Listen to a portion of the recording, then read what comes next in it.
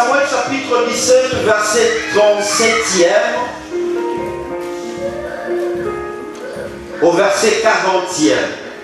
La Bible nous dit, puis David ajouta, l'Éternel qui m'a délivré de la griffe du lion et de l'ours, me délivrera aussi de ces Philistins. Finalement, Saoul dit à David, vas-y donc et que l'Éternel soit avec toi. Puis il lui revêtit sa propre armure. Il lui fit mettre un casque de bronze et endosser sa cuirasse. Je répète le verset 38e, c'est de là que nous aurons vraiment à travailler.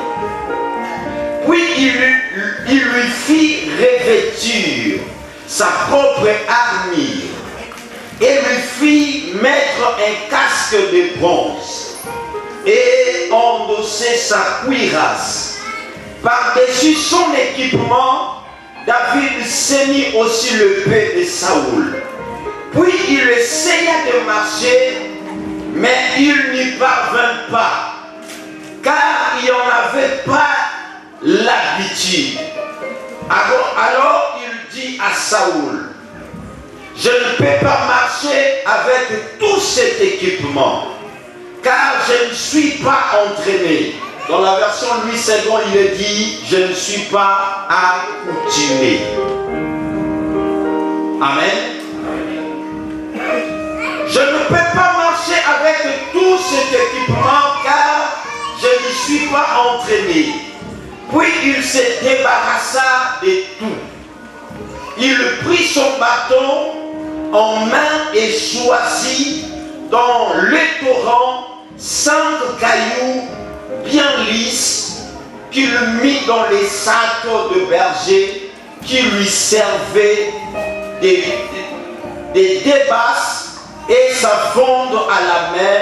Il s'avança vers le Philistin. On acclame pour la parole de l'État.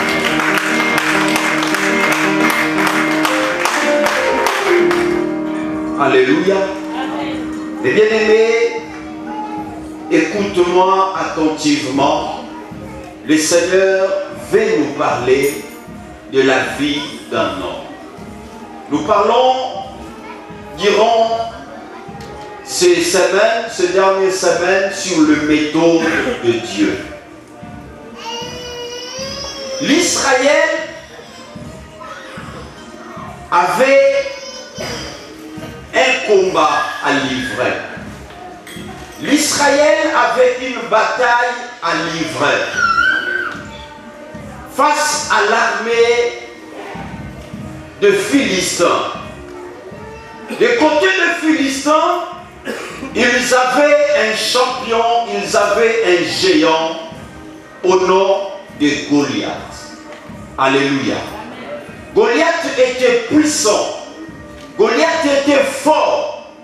Qu'Israël avait même du mal à affronter l'armée des Philistins parce qu'ils savaient de leur côté, ils avaient un champion. De leur côté, ils avaient un géant répondant au nom de Goliath. Alléluia. Mais Dieu, pour accomplir son miracle à son peuple, à sa nation Israël, Dieu a emprunté une méthode. Alléluia. Dieu s'est servi d'un homme. Dieu s'est servi d'un homme qui était le moindre. Alléluia. Amen. Dieu a utilisé un jeune homme. Un jeune homme qui n'était même pas allé à l'école militaire. Qui était aussi un adolescent. Répondant au nom de David. Alléluia. Amen. Lorsque David a osé de défier Goliath, même ses propres frères ne croyaient pas à David. Alléluia. Tout Israël avait du mal David vit que David était un jeune homme. David était un adolescent habitué à paître le troupeau de son père à la forêt. David, dans sa vie, ils savent que, selon ses frères, ils savent que David n'a jamais livré une bataille dans sa vie. Comment il pouvait défier un champion, un tel géant comme Goliath? Alléluia. Amen. Deuxièmement, le méthode que Dieu se sert au travers de cet homme, de ce jeune, c'était compliqué. Il met entre les mains de ces jeunes hommes, répondant au nom de David, des armes qui étaient non conventionnelles. Alléluia.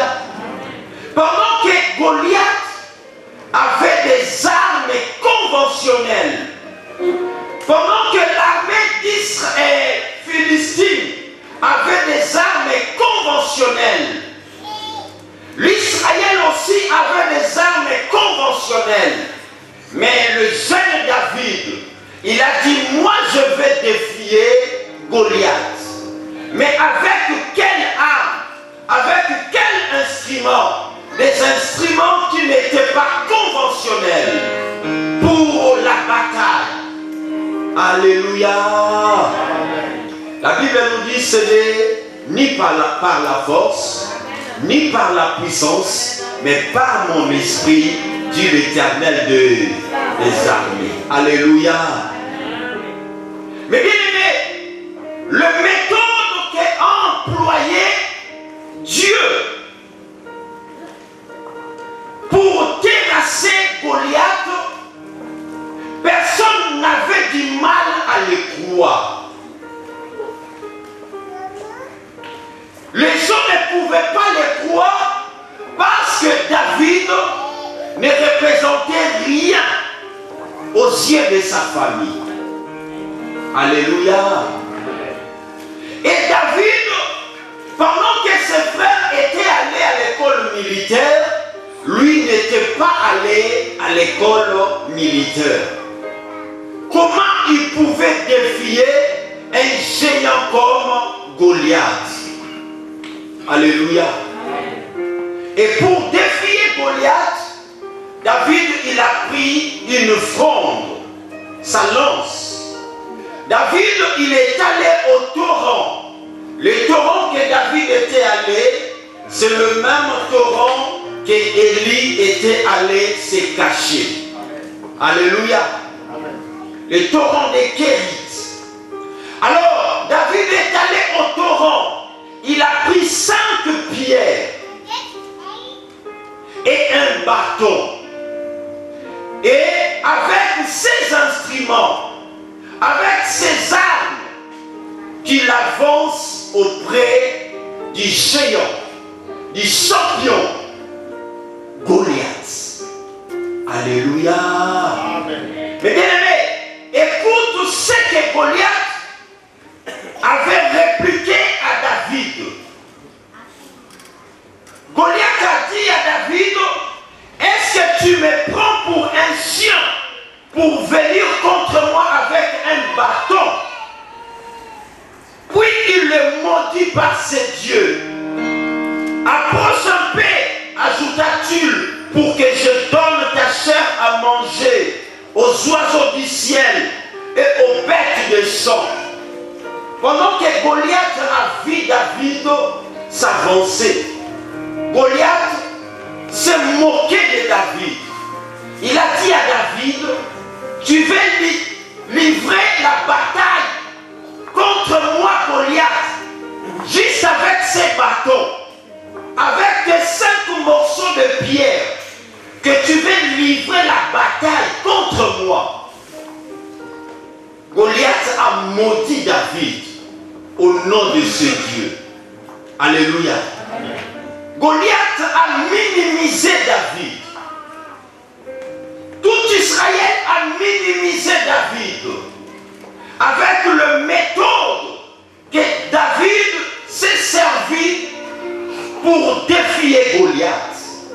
Alléluia. C'était une méthode simple, faible, qui ne représentait rien aux yeux des hommes. Mais aux yeux de Dieu, c'était significatif. Alléluia. Le bâton, ça représente la parole de Dieu. La pierre, notre Seigneur Jésus-Christ, il est la pierre angulaire. Alléluia. Mais bien aimé, lorsque David s'est approché de Goliath, il a bien dit à Goliath, moi je vais te terrasser au nom de l'Éternel dit d'Israël. Alléluia. L'Éternel, le Dieu de la bataille, il te livrera entre mes mains. David avait confiance au bâton qu'il avait dans sa main et aux 5 pierres qu'il avait au subessieur. Alléluia. Mais le grand problème, c'est quoi? Je n'aimerais pas vraiment me baser aux méthodes que David s'est servi. Lorsque nous parlons de méthodes de Dieu, nous devons aussi comprendre que l'ennemi a aussi ses méthodes. Des fois, nous confondons les méthodes de Dieu aux méthodes de l'ennemi. Des fois, nous empruntons les méthodes de l'ennemi. Nous croyons que ce sont les méthodes de Dieu. Des fois, nous échouons aux divers combats. Nous réalisons, nous croyons que Dieu n'agit pas, que Dieu ne fait pas, que Dieu ne se manifeste pas. Or, au contraire,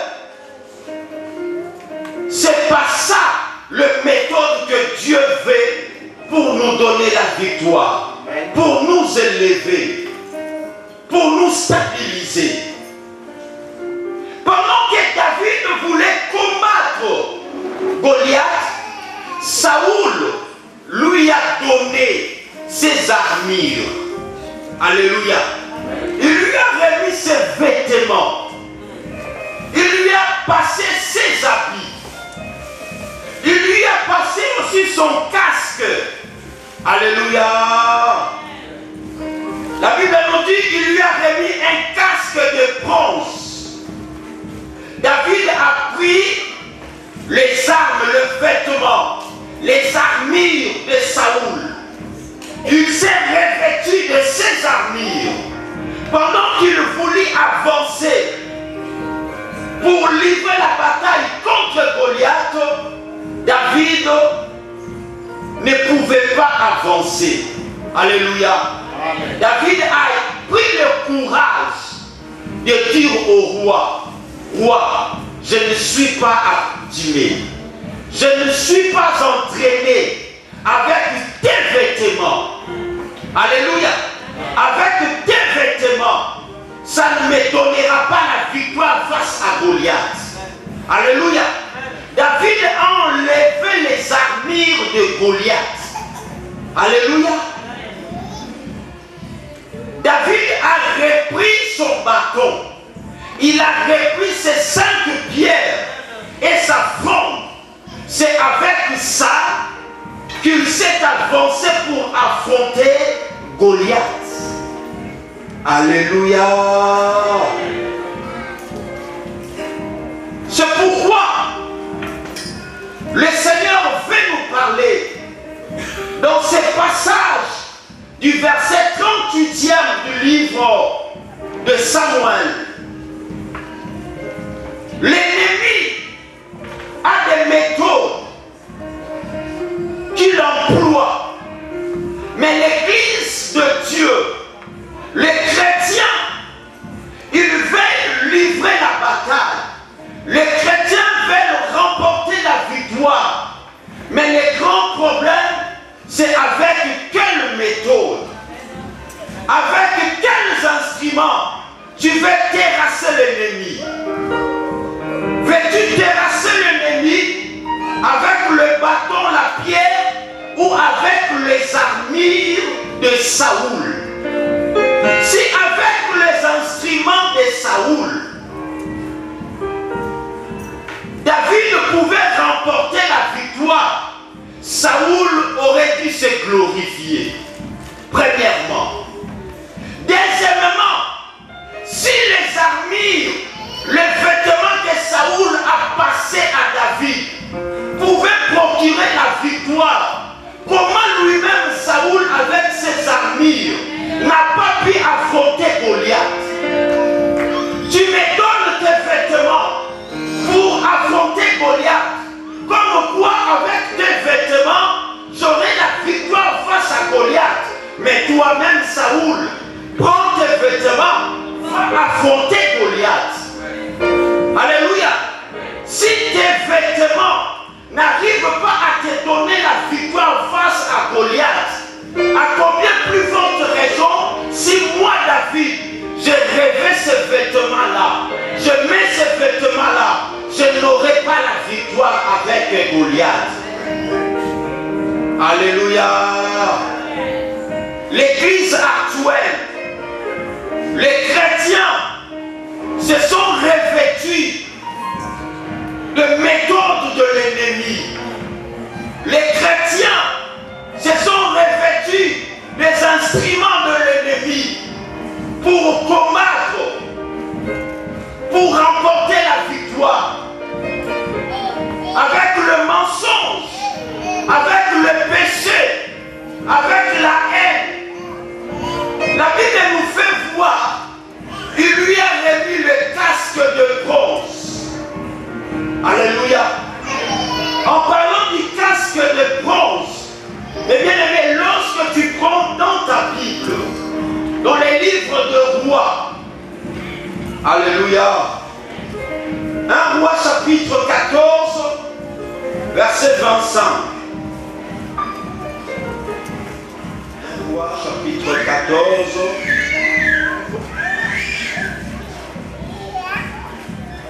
1 Roi chapitre 14, verset 25, je lis au nom de Jésus. Le 5e année du règne de Roboam, Tishak, roi d'Égypte, vint attaquer Jérusalem. Il s'empara des trésors du temple de l'Éternel et de ceux du palais royal. Il prit absolument tout, notamment tous les boucliers d'or que Salomon avait fait faire.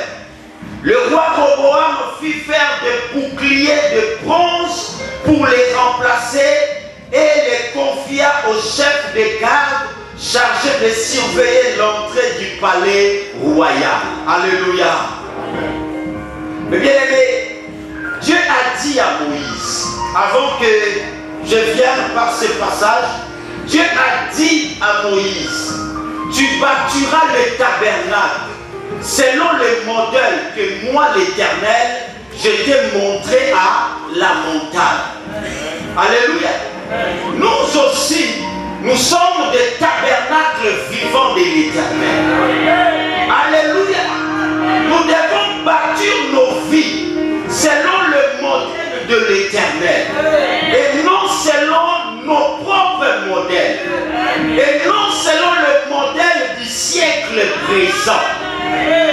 Dans les tabernacles, dans les temples de l'Éternel, Dieu avait dit qu'il devait y avoir de l'or.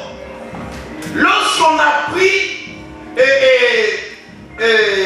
l'acacia, on devait revêtir l'acacia de l'or. Tout ce qui était dans les tabernacles était d'or pur, d'or massif. Et la Bible nous fait voir que c'est avec de l'or que Dieu voulait qu'on fasse de boucliers pour son temple. Même le roi devait se revêtir de casques d'or, d'or massif. Mais ici, la Bible nous fait voir du temps de Roboam. Il lui dit le roi d'Égypte, Tishak, qui est venu attaquer Israël. Lorsqu'il est venu attaquer Israël, le roi Tishak, il prit dans la maison de l'Éternel tous les boucliers d'or qui se trouvait dans la maison de l'Éternel. Il l'amena où? Il l'amena en Égypte. Alléluia. Le roi Roboam s'est dit en lui, comme le roi Tishak a pris tous les boucliers d'or qui se trouvent dans la maison de l'Éternel, il l'a amené en Égypte.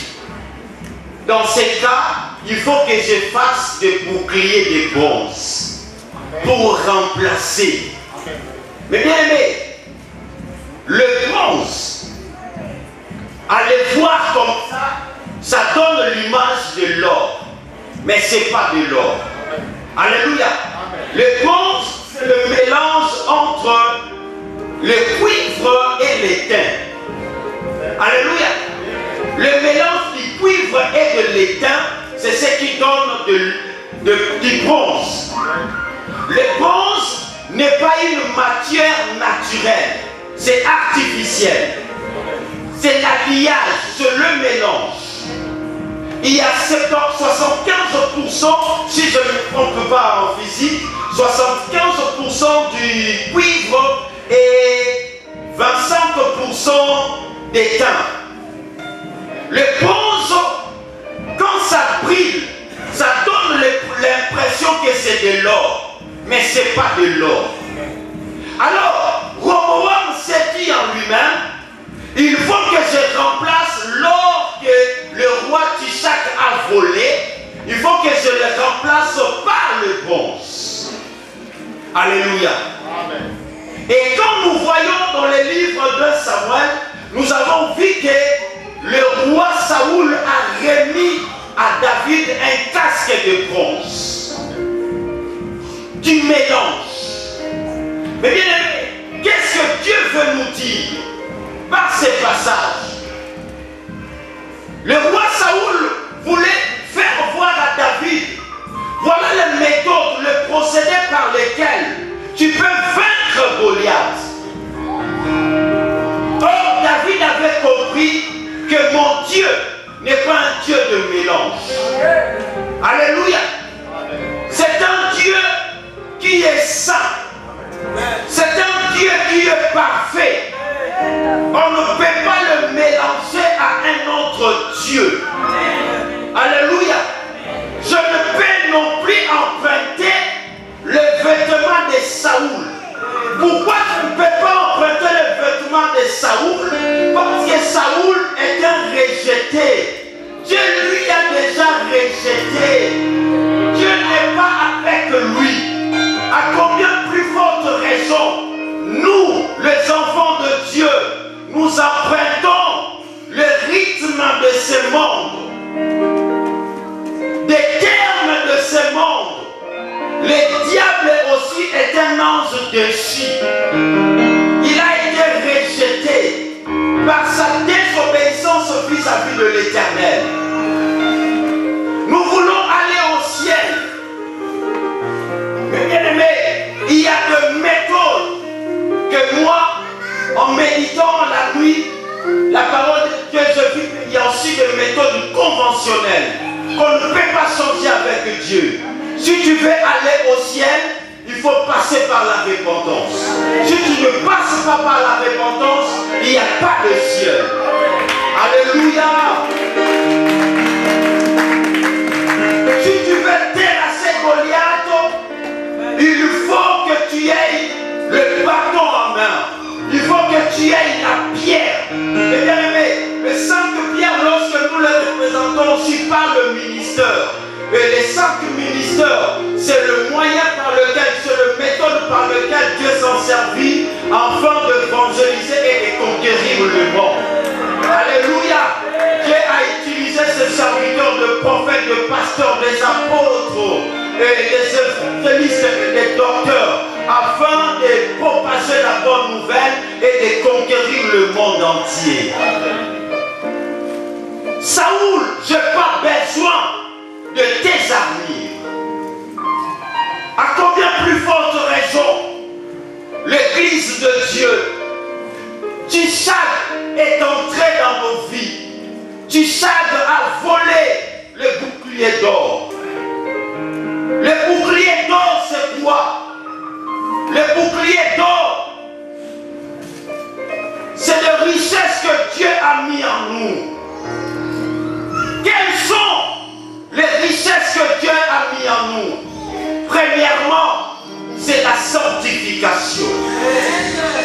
Alléluia. De vertu chrétienne. Quelles sont les richesses que Dieu a mis en nous? Dieu a mis en nous ses dons. Dieu a mis en nous ses fruits. Mais l'ennemi est venu. L'ennemi a volé des dons de Dieu en toi. L'ennemi a volé la vie de sanctification dans l'église du Seigneur. L'église du Seigneur a remplacé la sanctification par autre chose. L'église de Dieu a remplacé le message de la repentance par autre chose. Les chrétiens de Dieu n'ont plus la crainte de Dieu, mais ils veulent affronter Goliath. Mais bien aimé, tu ne pourras pas affronter Goliath avec les armures des cieux. Alléluia.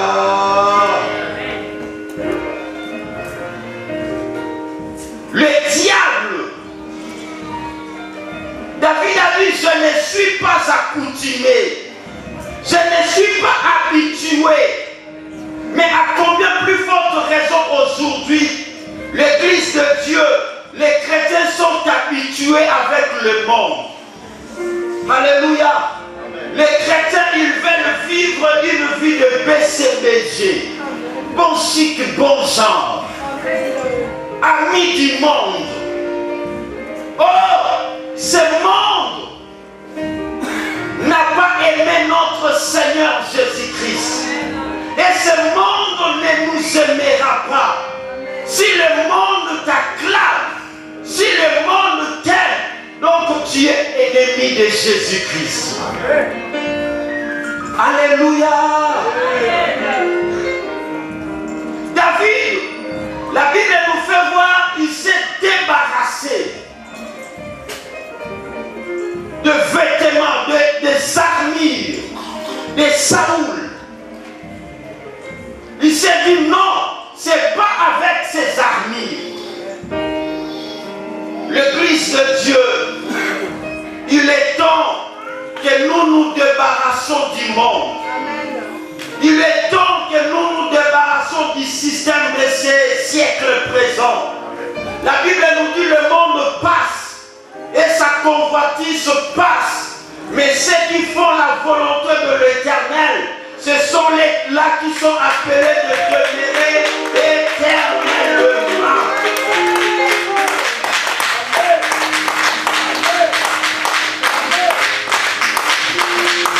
L'Église de Dieu est à la recherche de la prospérité, de l'élévation, de la gloire. Mais ils oublient ce qui en fait la force. Alléluia. Mais bien aimé, la prospérité ne garantit pas la bénédiction de Dieu. Alléluia.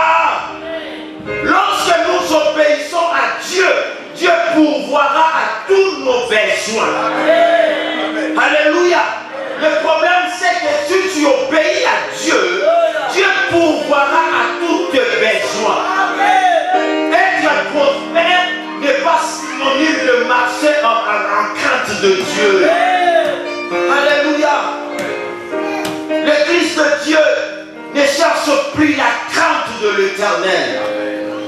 Or, c'est la meilleure méthode par laquelle nous pouvons aller au ciel. La meilleure méthode que nous pouvons voir Dieu. Mais bien aimé, on s'est réunis, c'est bien. Mais un jour, nous comparaîtrons devant les tribunaux de Christ. Chacun rendra compte par rapport à ses œuvres. Mais le diable, il le sait bien. Le diable a enlevé le premier amour que tu avais vis-à-vis du Seigneur. C'est pourquoi le Seigneur dit à l'église de la Laodicée, il dit, souviens-toi d'où tu es tombé. Le problème que j'ai contre toi est que tu as abandonné le premier amour. Je connais ton amour, je connais ta patience, je connais ton zèle. Je connais que tu ne supportes même pas ceux qui se disent apôtres qui ne le sont pas. Je connais. Le Seigneur donnes bien ta dîme. Le Seigneur, il le connaît. Le Seigneur le connaît bien. Mais il y a une chose que le Seigneur a contre toi. Et que tu as abandonné le premier amour. Le premier amour, tu l'as remplacé par autre chose. Tu as remplacé le premier amour par des excuses, par des justifications. Bien-aimé, devant le Seigneur, tu n'as pas d'excuses. Devant le Seigneur, tu n'as pas de justifications. Mais bien-aimé, un jour, tu comparaîtras.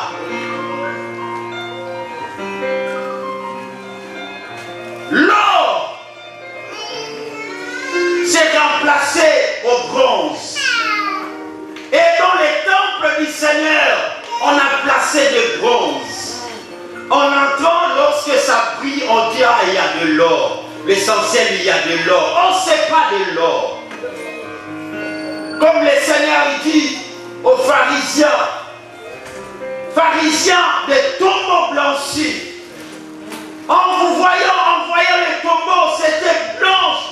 Les tombeaux blanches. Mais à l'intérieur, il n'y a que des ossements. À l'intérieur, il n'y a pas de vie. On te voit chrétien. Tu te dis chrétien. Mais le Jésus qui fait la force, Jésus n'est plus en toi. Tu as remplacé Jésus par autre chose. Alléluia. Jésus ne vit plus en toi. Autrefois, quand tu faisais mal, les Saint-Esprit t'interpellaient. Tu n'arrivais plus à vivre, tu étais mal à l'aise. Mais aujourd'hui, quand tu commets le mal, tu te sens en paix. Alléluia. Amen. Amen. Tu es fort en jeûne et prière, fort en intercession, mais fort aussi en impudicité. Fort aussi en mensonge. Fort aussi dans les péchés. Du bronze, du mélange.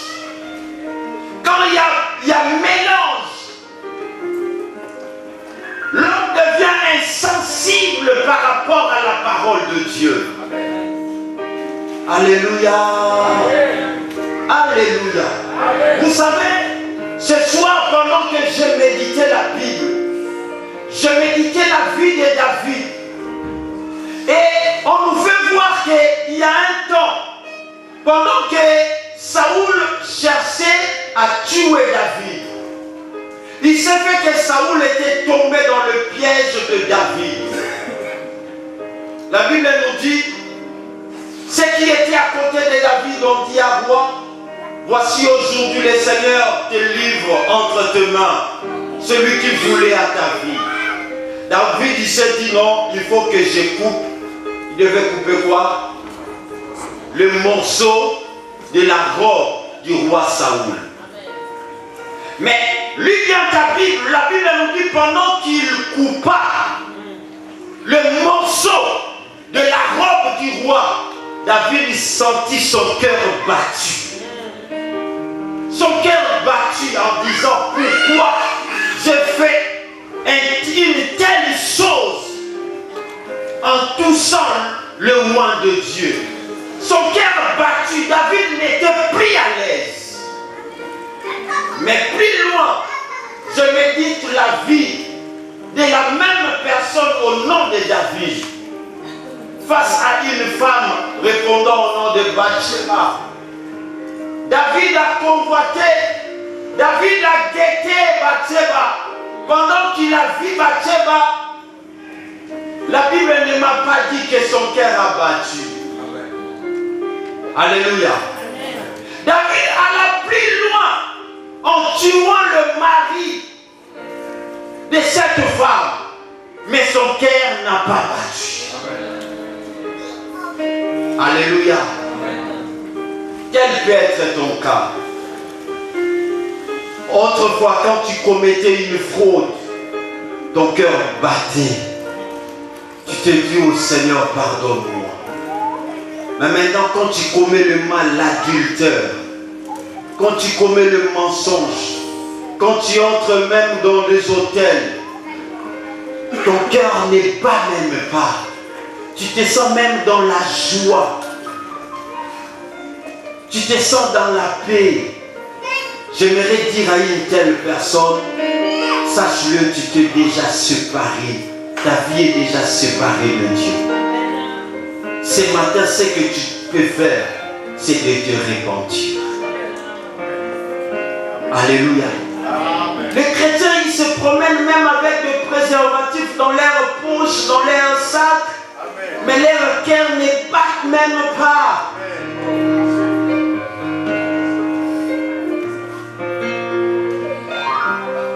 Il y a un évangile de bon chic, bon genre.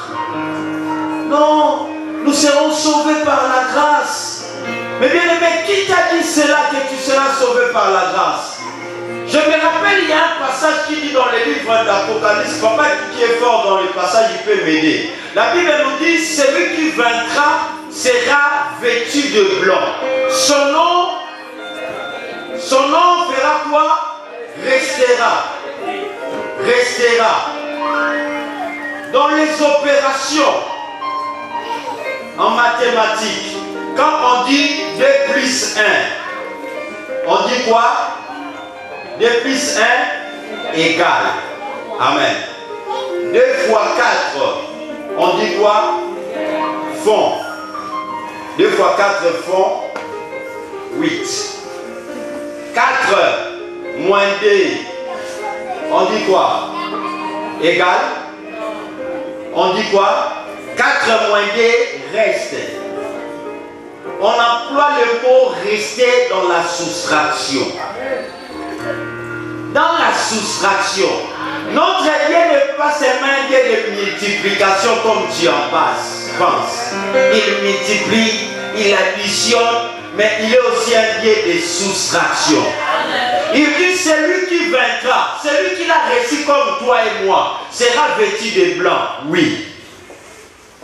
Celui qui vaincra, donc, et ceux-là qui perdront, seront vêtus de blanc.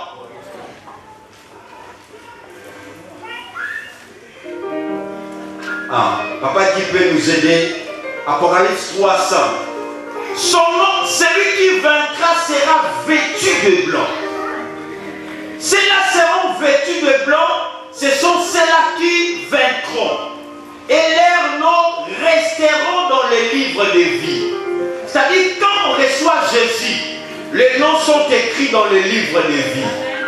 Mais, en marchant dans notre vie chrétienne, plus nous évoluons, il y a de ceux-là qui se fatiguent, il y a de ceux-là qui abandonnent, leurs noms seront rayés du livre de vie. Ceux-là qui resteront fidèles, ce sont ceux-là dont les noms restent. 4 moins 2, ce n'est pas égal, ça ne fait pas, mais il reste 2. Leur nom restera. On est tous nombreux, mais est-ce nos noms resteront? Mais bien aimé, le péché sur le péché. David, il a compris que je ne peux pas mélanger. L'église du Seigneur a mélangé. Il n'y a plus de place du sacré. Alléluia. Quand tu avais reçu Jésus, il y avait des dons qui étaient manifestes en toi. Mais Tishak est venu, il a volé des dons. Les dons ne sont plus manifestes dans ta vie. Le zèle de servir le Seigneur n'est plus manifeste dans ta vie. Et tu l'as remplacé par autre chose. Pour qu'on sache seulement que tu es chrétien ou chrétienne. La vie de prière, l'ennemi a volé ta vie de prière. Et tu l'as remplacé par autre chose. Alléluia. la sanctification, règle d'or. Règle d'or. Dieu t'a donné un grand trésor. Mais tu veux le remplacer par autre chose. Alléluia.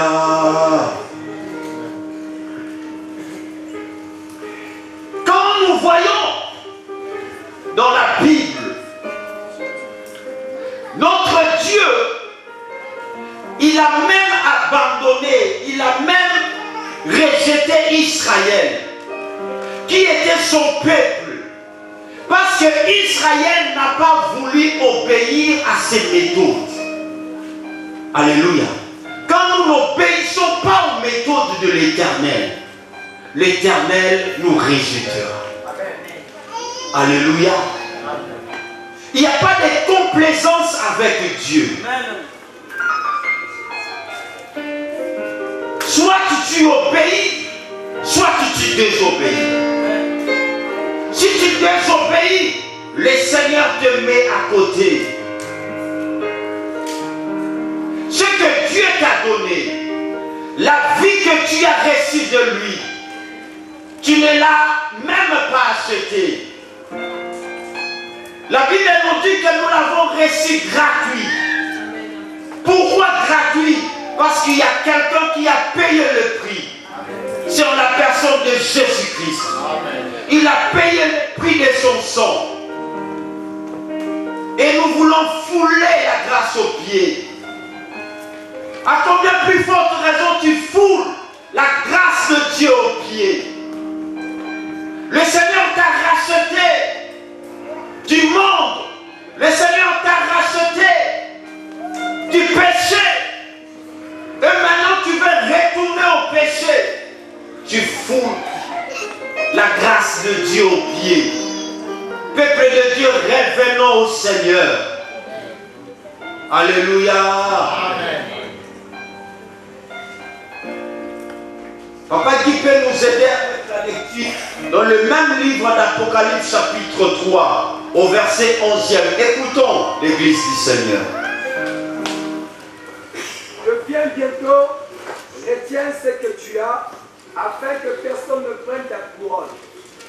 Celui qui vaincra, je ferai de lui une colonne dans le temple de mon Dieu, et il n'en sortira plus. Amen. Je viens bientôt. Retiens quoi? Ce que tu as. Que personne ne puisse prendre ta couronne. Jésus dit, il revient bientôt. Retiens ce que tu as. Tu as quelque chose de la part de Dieu. Ou tu avais quelque chose de la part de Dieu. Où tu l'as mis. Alléluia. Tu avais la grâce de Dieu. Où l'as-tu mis? Il revient bientôt. Le Seigneur te jugera non pas par rapport à ce qu'il ne t'a pas donné, mais il te jugera par rapport à ce qu'il t'a donné. Tu rendras compte un jour au Seigneur par rapport à la vie que tu as, par rapport à la santé que tu as, par rapport à la voix que tu as. Tu rendras compte au Seigneur. Alléluia. Ton corps est le temple du Saint-Esprit. Peuple de Dieu, ne mélangeons pas les choses. Ne mélangeons pas. Craignons Dieu. La Bible nous fait voir la vie de Jean-Baptiste. Jean-Baptiste, c'est lui qui a dit, voici l'agneau de Dieu qui ôte le péché du monde. Alléluia. Mais lorsqu'il y a eu des problèmes, lorsqu'il y a eu une crise, lorsqu'il était en prison, le même Jean qui a dit aux disciples, qui a dit à l'assemblée, voici l'agneau de Dieu, c'est le même Jean qui dira, allez demander si c'est lui le Messie ou il fallait qu'on attende un autre. Jean. Mais c'est toi qui avais dit, voici l'agneau de Dieu. Et c'est toi-même qui commences à envoyer la foule à aller demander si c'est lui ou c'est pas lui. Quand le peuple de Dieu perd la révélation, il met même leur foi en doute. Il commence à dire, est-ce c'est Jésus ou c'est pas Jésus? Est-ce marcher dans la sanctification paye ou ça ne paye pas? Est-ce en vain que j'ai consacré, que Dieu vous bénisse? Est-ce en vain que j'ai consacré ma jeunesse ou pas? Alléluia. Mais j'aimerais dire à quelqu'un ce matin que marcher dans la sanctification, ça paye. Marcher avec Dieu, ça paye. Même si sur la terre tu n'as rien reçu, mais là au ciel, tu as la vie éternelle. Tu n'as pas une vie passagère, mais tu as une vie éternelle. Alléluia. L'au-delà t'attend. Débarrasse-toi des armures de Saoul. C'est pas le meilleur méthode, la meilleure méthode pour terrasser Goliath. C'est pas la meilleure méthode que tu peux plaire à Dieu.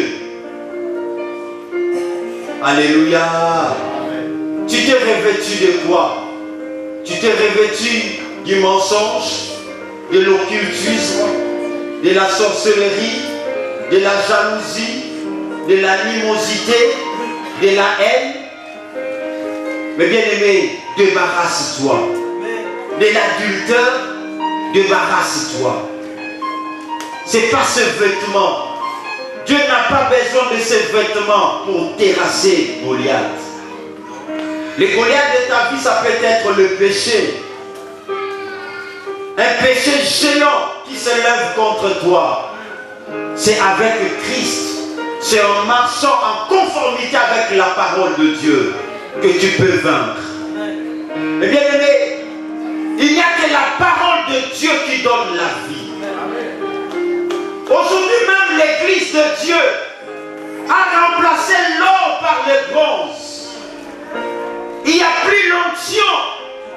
Et les gens commencent à fabriquer des prophéties. Alléluia.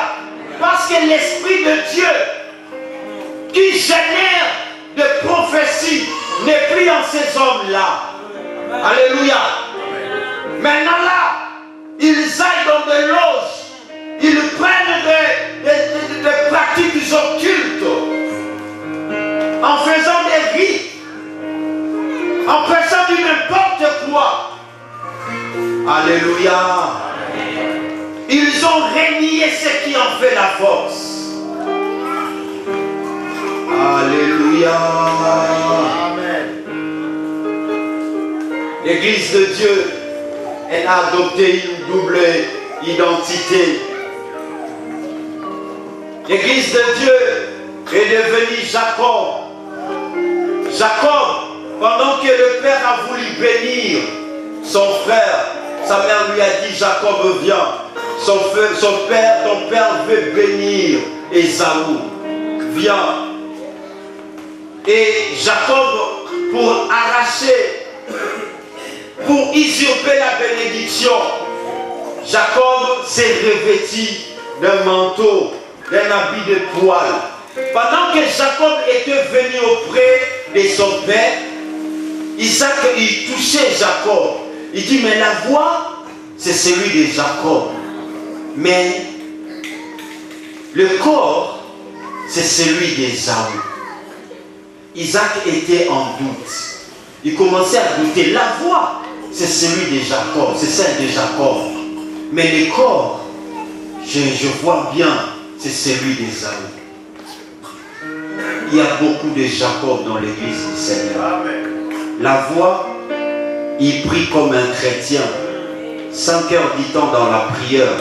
Mais le corps, c'est celui d'une prostituée. Double identité. Sa voix et son corps n'est pas pareil, n'est pas conforme. Ce que tu nous fais voir et ce que tu es n'est pas la même. Alléluia. tu sais bien que tu t'es déjà séparé de l'Éternel. David, il devait choisir soit continuer avec les habits de Saoul ou soit abandonner. La Bible nous dit que David, il avait pris les habits de Saoul. Il avait déjà essayé, mais il a compris qu'avec ces habits, je ne peux pas vaincre. Amen. J'aimerais dire à quelqu'un, même si tu as déjà goûté, même si tu es déjà allé, même si tu t'es déjà trompé, Dieu te donne encore une occasion de revenir à lui.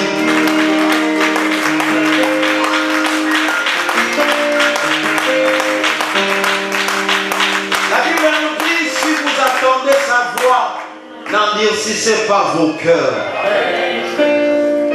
Si tu es conscient, tu as déjà souillé ton lit, si tu es conscient que tu as déjà souillé ta vie, tu as déjà souillé les temples de Dieu, Dieu te donne cette occasion de revenir à lui. Je répète bien que le christianisme n'est pas un BCBG, les bons chics et les bons gens. Mais bien aimé, le christianisme c'est une vie de preuve. Ce n'est pas une vie facile. Mais bien aimé, nous devons savoir fuir le mal, fuir le péché. On n'est pas venu à l'église pour être béni matériellement. On est venu à l'église pour nous préparer à la rencontre de l'époux. Un jour la trompette sonnera, le mort en Christ ressusciteront. Et ensuite nous les vivants, moi et toi, nous irons à la rencontre de l'époux. S'il te plaît mon frère, s'il te plaît ma soeur, j'aimerais que tu sois parmi ceux-là. Parmi ceux-là qui iront à la rencontre de l'époux dans les heures. Mais bien aimé, j'aimerais dire à quelqu'un, l'aimant, je ne sais pas en français si l'aimant on peut l'appeler quoi. En français l'aimant c'est l'aimant. L'aimant. Lorsque nous prenons un aimant, est-ce que l'aimant peut attirer cette matière? Est-ce que l'aimant peut attirer cette matière? Pourquoi l'aimant ne peut pas attirer cette matière? Quoique le métal, bon, est-ce que l'aimant peut attirer l'or? Je dis non. Non. Pourquoi? Parce que ce n'est pas la même propriété que lui. Alléluia. L'aimant nature que le fer. Parce que avec le fer, ils sont de même propriété. Ils exposent quelque chose. Mais bien aimé, veux-tu que le Seigneur t'attire? Il faut que tu sois de même nature. Le Seigneur, il est l'aimant par excellence. Il nature que ceux-là qui ont la même nature que lui. De quelle nature es-tu? À tous ceux qui l'ont reçu et à tous ceux qui croient en son nom, il leur a donné le pouvoir de devenir enfants de Dieu, lesquels sont nés ni de la volonté du sang, ni de la volonté de l'homme, mais de la volonté de Dieu. Mais bien aimé, je vais dire à quelqu'un, les mains attire. Christ aussi attire. Christ aussi attirera. Est-ce que tu seras attiré? Oh, c'est le péché qui t'attire facilement. La chose qui t'attire facilement, donc tu es de même nature que cette chose-là. La chose que tu te laisses facilement faire, tu es de la même nature que cette chose-là. de quelle nature es-tu, mon frère? De quelle nature es-tu, ma soeur? Es-tu de la nature de Christ? Sache-le que Christ t'attirera. La Bible nous fait voir dans les livres de Jacques, une même source d'eau ne peut sortir de l'eau douce et de l'eau amère. Dans une seule source, une même source d'eau, on ne peut pas voir de l'eau douce et de l'eau amère. Alléluia. Mais en toi, tu fais sortir parfois de l'eau douce, parfois de l'eau amère. Le mal est attaché à toi et le bien est attaché à toi. J'aimerais dire à quelqu'un, c'est là que le Seigneur va enlever. Ce ne sont pas ceux-là qui seront à 50%, mais à 100% chrétiens.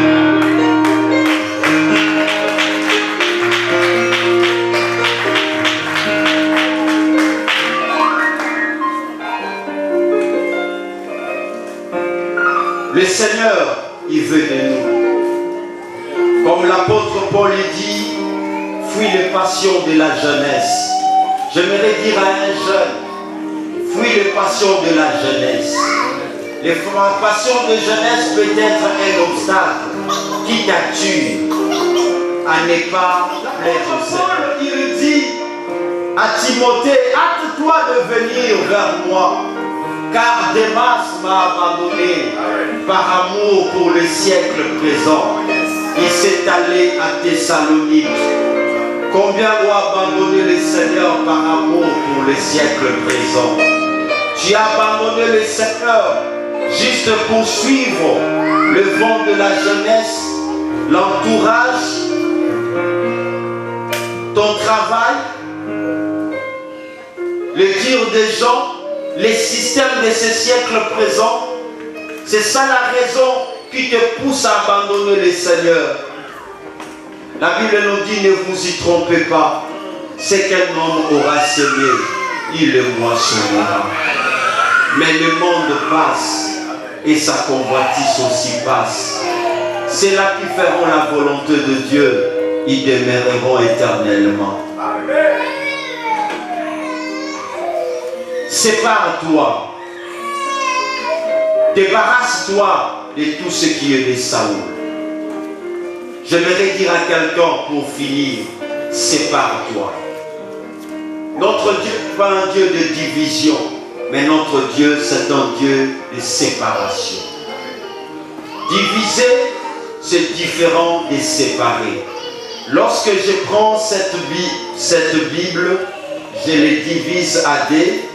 Je donne un exemple, s'il vous plaît. Je prends cette enveloppe. Lorsqu'on me dit de les diviser, c'est ça diviser. Si on me dit de rassembler, de restaurer cette enveloppe, est-ce que cette enveloppe aura la même qualité? Parce qu'on l'a divisée. Notre Dieu, il n'est pas celui qui divise, il ne divise pas de famille. Mais lorsqu'on me dit, notre Dieu, il est celui qui sépare. Mon agenda et ma Bible, tous deux sont ensemble. Mais il y a de quoi à les séparer. Je peux les séparer. Je mets celui-là à côté et l'autre de l'autre côté. Je peux encore les réunir. Alléluia. Je les sépare. Dieu veut que tu te sépares. Tu te sépares du monde. Dieu veut que tu te sépares des mauvais âmes. Dieu veut que tu te sépares du péché. Débarrasse-toi des armures. Débarrasse-toi des méthodes du monde. Ces méthodes du monde t'empêchent d'être béni. T'empêchent d'être en paix. Le diable a volé ta paix, ta joie. Le diable a volé ta santé. Le diable a volé ton intelligence. Retourne en Jésus.